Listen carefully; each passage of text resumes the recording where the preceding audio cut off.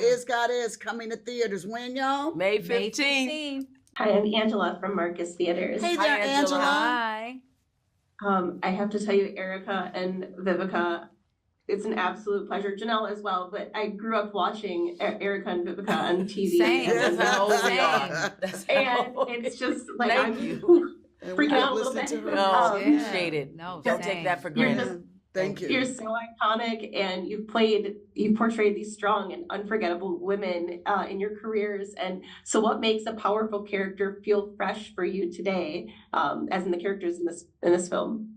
For myself, it was letting an audience see me in a way that they've never seen me before, that I could get ugly and still be as believable and lovable and memorable. Like, that's a hard thing to accomplish, because the first thing everybody was saying in the comments when they saw the trailer, oh my God, is that Vivica? Yeah. So I appreciate that, because I was told by Quentin Tarantino that you will be taken serious as a thespian when you get ugly for a character. And well, AKA here comes Ruby. Yes. Except she was already taken seriously. as Well, an thank actress. you. But She I mean, didn't but need to that. go I'm like, into what it, was that? But no, Yeah. but to go into a different No, chapter. we totally get it. Yeah. I gotta let Okay. it, I have Aleshea Harris Yes. is the reason for the season, and I was grateful. I mean, I've been in this business for quite a while, and I've gotten the opportunity to work with fantastic, phenomenal, good people who have not scarred me. And they've encouraged me to be brave and generous, and more importantly, leave some of my anxieties behind about wanting to be liked. And so Divine is not likable, in my opinion, and yet it makes her very likable, because you use the word delusion. She's delusional. And so you like her. Yeah. You like her. And you gotta be reminded in this that Yeah. if you sit up there trying to be liked and do it right all the time, you Yeah. will fail. Yes. And failure is growth. But don't. Just go for it. And Aleshea Harris made sure that we all felt comfortable so we could play.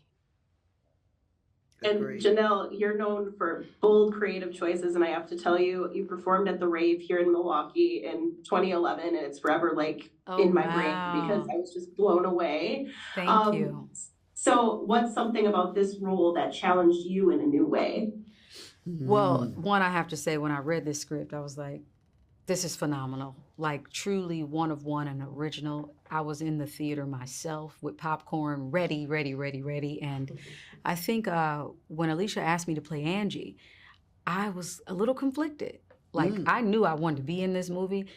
When it was time to get into, why would Angie marry this monster? I was just like, what?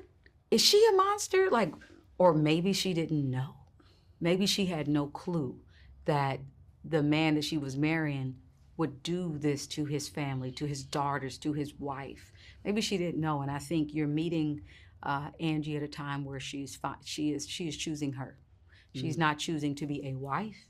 She's not choosing to be a mother.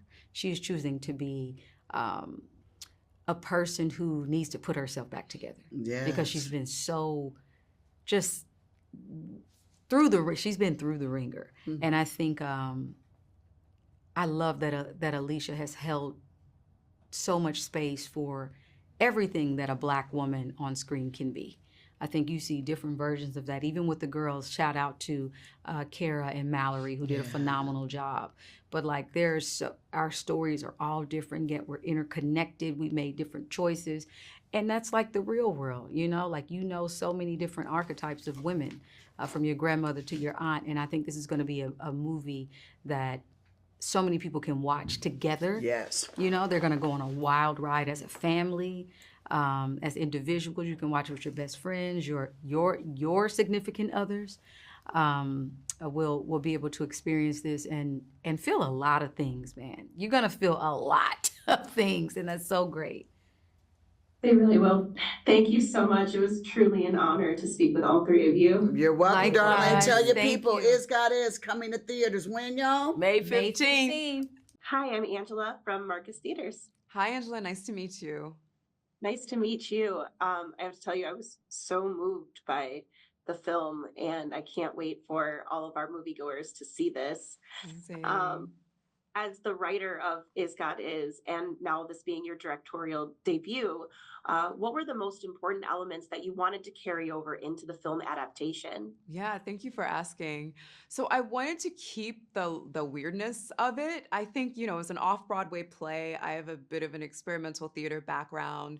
So there are things inside of it there, I'm inventing some words and languages. The sensibility of it is quite strange. It's sort of it's inspired by ancient Greek tragedy. There's a mythic register and an epic size to it, but there's also a very contemporary quality, right, in the language and certainly in the way the women dress. Anyway, I wanted to keep that. I wanted to stay true to who I am as a maker and not try to normalize it. And I didn't want to shrink from the anger, from the rage, and from the violence. I felt like they were important aspects of the story, and they honor what I'm interested in, what I'm trying to disrupt. Well, that is a really good point, because it does feel like mythic and deeply personal, right? Mhm. That you absolutely nailed conveying that.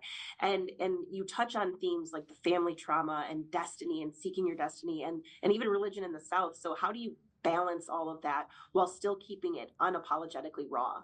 Yeah, I think that, I have to say that's the thing I was afraid of. I remember someone asking me, what are you scared of? And it was like tone. How can I make sure that, and we shot things out of order and the actors are flying in and flying out. How can we hold fast to the tone? I hope that the script helped with that. And also my guidance on set and really deep conversations with all of the collaborators, right? The tone is achieved through the cinematography. How do we shoot it? How do we capture the image? What's the movement of the camera? Through the costuming and the production design. So I think it was just at every turn making sure that these elements were conveying what they needed to convey and that it didn't get too messy. I think that I'm very ambitious and I've had my hand slapped for the scope of my ambition. I'm trying to do all the things, right? So it's like you have to just keep a balance. I do have the benefit of having seen the play. I've held the story for years. So I've sort of seen like the pitfalls, I guess you could say. I've seen and felt the way that you need to have a kind of like greed, like be greedy. I'm a very greedy writer, but also restraint, right? What are the things that you don't need that aren't helping your story? Let them go. And with your writing, your dialogue has this like rhythmic, almost musical quality to it, right? So do you hear the script in a specific way when you're writing it? Absolutely. It's like the notes of a song. If somebody's singing and the notes aren't noting, that's me as a writer in the corner. If I, with a play when an actor's, and I'm like, that's not quite it. So it does feel specific to me. There's a great playwright named Susan Laurie Parks who says, words are spells in our mouths. And I would say that every element, just to go back to your last question, it's part of a spell and weaving this very intricate and complex spell. And a lot of that is the language, how it hits the air. And I'm lucky that I had actors who understood that and really wanted to meet that. So again, coming from Marcus Theaters, what is the message you want moviegoers to leave after seeing it on the big screen? I want moviegoers to think about the inherent value of Black women. I want them to think about the humanity. Yes. I want them to think about the humanity, and I want Black women and girls to feel affirmed in their anger. I want them to think about the impact of it, but I don't like this notion that we don't get to be mad, because we have a lot to be mad about. And why should they see it, moviegoers see it on the big screen? Oh my gosh, because it was created for the big screen. It's highly theatrical, and the charge that I think you get from the size of it. I mean, I've experienced it, right, working on the film. I've seen it on a laptop, I've seen it on, bits on the phone, but to see it on the screen is a tremendous and singular experience. Also, to see it with other people, with a room, again, I felt the difference, I think is invaluable. Thank you so much. It was an absolute pleasure talking to you. My pleasure as well. Take care. I'm Angela from Marcus Theaters. Hi, Angela. How are you? I'm doing well. You guys, I watched this film and your performances are absolutely phenomenal. I was so blown away. And so, Kara, I have to ask, your characters, both of your characters, Racine and Anaia, are on such an intense emotional journey together. How did you build that sisterhood and trust off screen to portray it so well on screen? Yeah, we had rehearsal. We both come from theater, and we had rehearsal before we started this process. But we had rehearsal that was a very beautiful, intense rehearsal on body language and energy and movement, and led by Aleshea Harris herself and her very dear collaborator, a friend, Raja Feather Kelly, who's an incredible choreographer and also a writer. And so what we did was learn each other in that room for like 2 weeks before we launched into shooting. And it was a great foundational preparation for us to vibe on set. But, you know, the truth is the truth is that we really just love each other. Like, I think that seriously, like, we were working together all the time. We were with each other all the time. We were living in the same hotel. But also, naturally, I just gravitated towards Kara because she just has this, like, incredibly kind and generous spirit. You can't help but want to be really, really close with her. And I think I just, like, respected the fuck out of, excuse me, I respected her very much. And I respected her artistry, just the way that she works, I feel like we work very similar in that we, like, are very like meticulous about the work. And so it just, it led to just, like, a genuine bond, you know? Yeah. Truly. That twin telepathy scenes, like, where you're so reliant on the facial expressions and body language, I felt like I was in on it. Like, I knew everything you guys were saying without even having to, like, read it. I was like, glad. That's so cool. Wow, that makes me happy. Great job. So what one message do you want moviegoers to leave with after seeing Is God Is?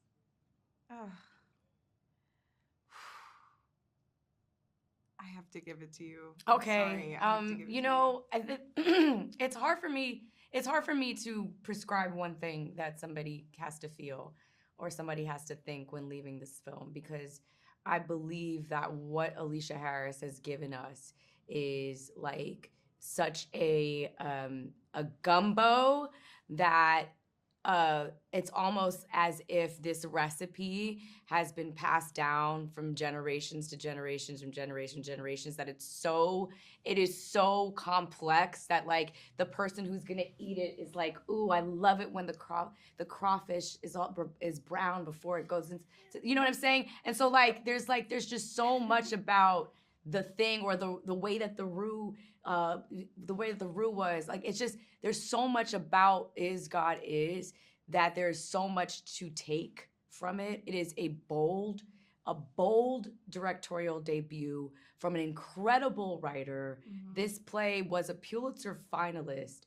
It is a cult play, and it's made its way around the nation. And now she is the one who adapts it into a screenplay and then literally says, I'm going to direct it. And so this is something that we are getting a visual, visceral treat for the screen, featuring 2 Black women as the leads, and then also some of our greats in cinema, in film and television, that we get to see as well be a part of this entire process. And I think that the story itself, there's just so much packed. There's history packed in a line. There's nuance packed all around, up and down. And, you know, there's just so much to think about. And I just hope people leave with thought and feeling and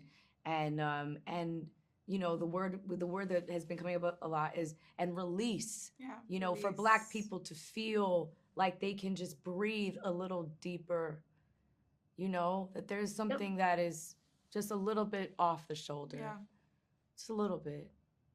Damn. That was beautiful. Thank you so much. It was so nice talking to you both. So lovely nice talking to you too. Thank you so much. Thank you.